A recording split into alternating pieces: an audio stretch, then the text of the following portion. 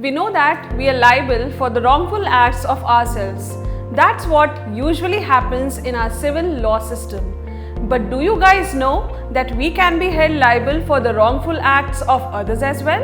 Yes, you heard me right. Wrongful act of someone else, but you are responsible for it. Surprised?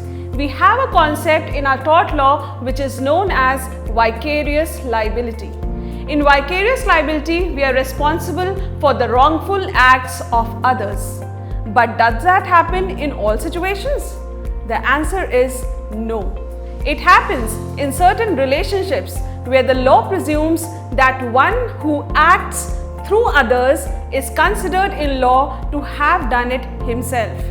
These relationships are master and servant, principal and agent, and partnerships. In a master-servant relationship, a master is vicariously liable for the wrongs committed by the servant during the course of employment.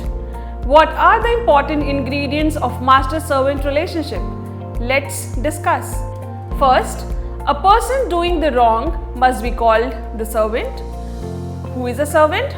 A servant is a person who is either employed by the master or the master has the direction and control over the servant, or master is in a position to hire and fire the servant.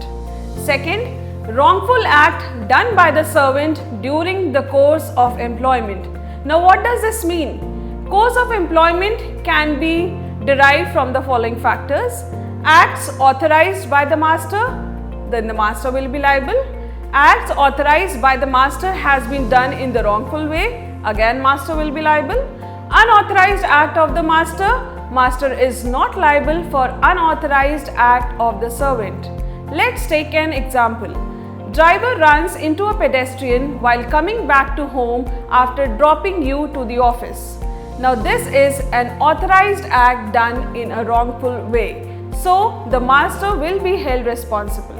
Now you can be responsible for the acts of your servant or agent or partners when the wrongful act has been done during the course of employment, agency or partnership respectively. So beware, always keep an eye on your servant.